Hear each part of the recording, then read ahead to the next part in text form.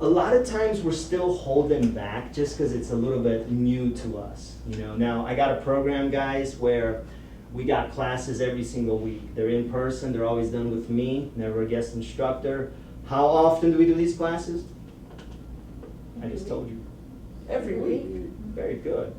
Every single week. So I got classes every single week. They're in person, always with me, never a guest instructor, always recorded. How many people here, you watched yourself on video, and when you watched yourself on video, you're like, I don't like the way I sound, or my face is too chubby, or some kind of like critical feedback on yourself, okay? In my program, what I help everyone to do is to fall in love with themselves, with how they sound and how they look on video. Who would love to have that kind of feeling, that kind of self-love, where when you're on the Zoom call and they record it and you watch it back, you're like in love with yourself? Would anybody like to be in love with themselves? For someone else to love you, what do we have to do first? Love ourselves. In my program, I help people to love themselves. As hokey pokey and cheesy as it sounds, that's what I do, to help them to truly love themselves. Okay, so that was a great question. Those are some great questions. How do you keep going on and on? Now, obviously, we only got like a couple minutes here. So there's like a lot of things I would do with you in a full-fledged program. It's just the time barrier right now won't allow us to go a deeper and further. But still, you proved to yourself that totally unscripted, you're like, you faced the moment. Okay, very good question. Anybody else? Any other questions? Yes, right here.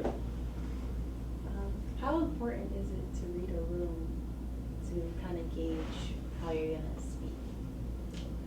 Well, when we turn off the thinking mind, what else is there to do? I mean, I could fall asleep because my mind's off. So like the only other thing to do is to read the room, right? So like there's nothing else for me to do except like look at people, right? And see if they're engaged. And how do I know they're engaged? Well, we have certain techniques that we do. So number one, we ask a lot of questions. Does that make sense? Are you guys willing? Everybody follow? Everybody tracking? Okay? You guys still with me? Can anybody relate? Raise your hand if you've been there before, right? I know I'm not the only one. So like you ask rhetorical questions where the answer is probably going to be yes. And you ask them often. So learn to flip your statements into questions. What do we do? Flip statements into questions. Could we even flip that, what we just said right now, into a question? Didn't I just do that? Yes. Guys, didn't I just do Could we flip statements into questions? Yes. Yeah. Y'all see? So get in a habit of asking a lot of questions. If you do that, it's going to do what? It's going to make the audience more what? Engaged. More engaged. Right? And that leads us to another technique, which is fill in the blank. So you start a sentence, don't finish it. Let the audience finish it for you.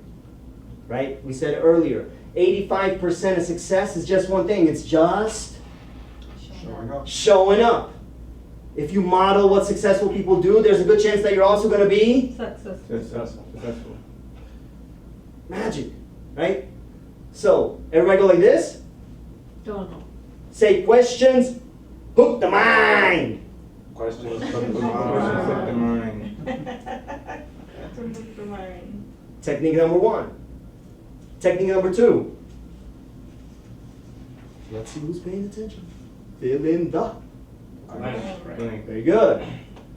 Technique number three. Are you guys ready? Sir. Number three. You guys ready? Yes. I can't hear you. Yes. Sir. Okay. Everything is energy, guys. If you want to remember some of these concepts, you really got to get dialed in. Trust me, you're going to remember a lot more. Would you rather go to another seminar where you're taking notes and then you get home and you put those notes on the shelf and then it sits there for 3 weeks and that becomes shelf help, not self-help? Thank you. So, are you guys ready? Yes, sir. Yes, sir. Everything is energy, guys, so you really, really gotta commit. Technique number 3 is get them to move. Get them to what? Move. Get them to move. Get them to move. Turn to your neighbor. Give them a high five. Say, you're in the right room this morning. You're in the right room this morning. What did y'all just do? Encouragement. Yeah. Did everyone move? Yeah. Right? We did it earlier. You know, you don't have to do it, but we did it earlier. Everybody stand up. Put your hand on your heart. Say, I promise. It's time for a declaration, right? What are you guys doing during those moments? You're moving. So get the audience to physically move. I'm not saying move them on this, spiritual level, like get them to buy into your idea. I am saying that too, but right, I'm talking about literally get the audience to physically do movements, right? So who can recap 3 techniques to engage the audience? Right there, stand up. Go ahead. Get them to move, ask them questions, and pause. Show your energy level. Very good. So and pause and like fill in the blank, just to make it. Okay. Very good. Give it up. What's your name? John. Give it up for everybody. So great questions. And the question is, how do you read the room, or how important is it to read the room? Again, if I turn off my thinking mind, the only thing to do is to read the room. But I also want some confirmations that they're with me. And how do I do those confirmations? I do little techniques like that, and there's more. You can get them to say stuff in unison, right? To repeat things after you. Get them to repeat. That's another one. So there's other things you could do. Now, how does this work virtually? You're in a team meeting, you're on Zoom, you're on Teams, put a 1 in the chat box. Put a Y in the chat box if you agree with that, How many people, by the way, you should tell them all to like turn their cameras on, and I know some will, some won't, but at least ask them, right? And then you could even do like, you can ask them questions. How many people, you can really imagine what our communication department would look like if everyone gets behind this campaign? What would that do for us in terms of like, dynamics to like process improvement and to communicate from team to team? Because how many people understand, sometimes teams are not talking to each other. Wouldn't it be awesome if marketing and sales work hand in hand? Right? And they really, really have like a mastermind kind of effect, right? So you start asking questions, and literally right there and you might see them on the video going, yeah. Here's what you're looking for, guys. You're looking for head nods. What are you looking for? Head nods. That's it. Okay, so great question. Anybody else? Any other questions? What about, because English is not my first language, so I get stuck many times because I don't find the appropriate words, the pronunciation, and my boys are like, oh no, you're making grammatical errors, you don't know to pronounce well, and that puts my confidence low, because of that, I've become so conscious. So how do I cross that blank? Okay, do you want me to... you understand me, I'm talking, everyone understands me, but at home it's just, my language is not English, so at times I speak and they stop, Mom, you just don't know how to speak, you're making grammatical errors, your pronunciation is not American, and so that puts my confidence to a very low level, and then, that shows in front of others also, so that's the reason. So how do I cross that? Okay, so number 1, what do we say? We gotta lower the barometer of what has to be deemed as interesting or good. The fact that it came from your mouth means what? That I am only putting myself down. Well, yeah, but if it came from your mouth, it's good. So don't worry about all these grammatical. There's a lot of times I watch people on news or different types of movies, and they have an accent. They can have an Indian accent, they can have a European, Australian accent. They don't have 100% command of the English language, but I like that they have an accent. So if you believe within yourself, because it came from my mouth, it's good. And trust me, I've already been talking to you, your English is good. Your English is good. So part of it is the self-talk. When you said, I'm not that good at English, that's a stumbling block. What are you reinforcing to yourself? And trust me, it's going in deep inside, it's seeping inside your subconscious mind, and that's your reality, right? Everybody has their own reality. So my reality used to be, well, I can't speak to anybody. I can't, because that's what I told myself, right? So you want to tell yourself, create an I am journal. In that journal, you just write down all the I ams that you want to happen in your life. I am confident. I am great at speaking the English language. People like me, people understand me, right? I am a powerful communicator. Things like that. And start to put that into your I am journal and then read that with a lot of emotion. Read it out loud, right? Now, I can tell you or I can show you. Which would you rather have? Sure. Okay. So are you okay with us putting this on YouTube to help other people as well?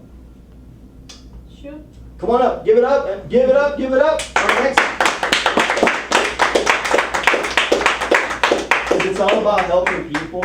You know, 93% of the population struggles with public speaking anxiety. In fact, did you guys know that a lot of people even committed suicide because of this? They were so stifled and they became so lonely. And loneliness is actually a big, big problem, especially in America. So, you know, by you guys coming up here, breaking through these paradigms and showing other people what's possible, we're actually, all of us, we're helping other people as well. Okay? So give it up right here. Boom. Okay, so I'm going to sit down in the audience. And it's not because my legs are tired. I actually want to do a little bit of coaching. Now, I want you to tell us a little bit about your story. And then do it from the place of, again, like I was showing Anthony, try your best to yell it, have big expressions, walk around a little bit. You really want to think that there's 1,000 people in this room.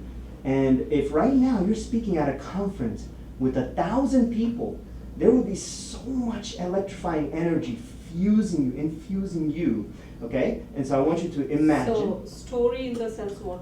You know, almost take us back to your Facebook timeline. So when I was little, this is, this is where I was born. This is some of my upbringing. You know, these are some of the challenges that I've had when I was young. And then let me tell you, where I am right now. So almost like the past, the present, and then maybe the future. And in the future, you know where I want to go? And I want you to dream big. If there's 1,000 people cheering you on right now, okay? So everybody give it up for our next speaker of Big Atlanta Public Speaking. Round of applause! So today I'm going to tell you about how I was raised, and how I grew up and how we immigrated to the United States of America. I was born in India, and I was educated back in the convent school where we were disciplined, and we used to speak in English, but we also had other languages. As you know, we have many languages back there. So we had about 120 languages. I know to speak about 3 languages. English is not my mother tongue. It's a different language, and there's another country language, so I knew about 4 to 5 languages. So I was not very confident. And then we immigrated to Canada. So in Canada, there was racial discrimination, so I had to go through a lot. We had difficulty in getting a job. We didn't have the Canadian education system. So that was the very difficult part. We were facing financial crisis. We were facing, every day to day, there were so many problems. We didn't have Canadian experience to get a job. So it was so difficult. And then somehow I was very determined. I want to get there. I want to get a job. I want to work in this country. I'm not going back. That was my determination. So we stayed. I got a job. My husband got a job. And then we wanted to still move ahead in life. So he got a job in the United States of America, which is the ultimate country where everyone dreams, aspires to be. So there we are. I raised my 2 boys in this country, but then I didn't have a work permit. I couldn't even work in this country, and it was so difficult. I stayed back home, and we had also a very big tragedy in my life. I lost my husband. He fell sick. He was in the hospital, and then I had my 2 boys. I became a single mom. and I didn't have visa, and I had to go back to my country, which was very difficult for me. I had $1 million hospital bill, but that everything, I had faith in God, I had faith in myself. So I continued my journey, and I raised my 2 boys, and now I also dream that I want to do very well in life. I want to go on to the Netflix shows, work in that, and switch my career. That is all about myself. What do you think? How does it, what do you think of being where you want to go? What is your dream? My dream, I'm still discovering my ultimate dream, but I feel like I'm just diving deep into exactly what my true passions are. And I really like to connect with people, and I really like storytelling. So a part of that plays with what I'm doing now, which is videography. Awesome. And so that was phenomenal. That was really, really, really good.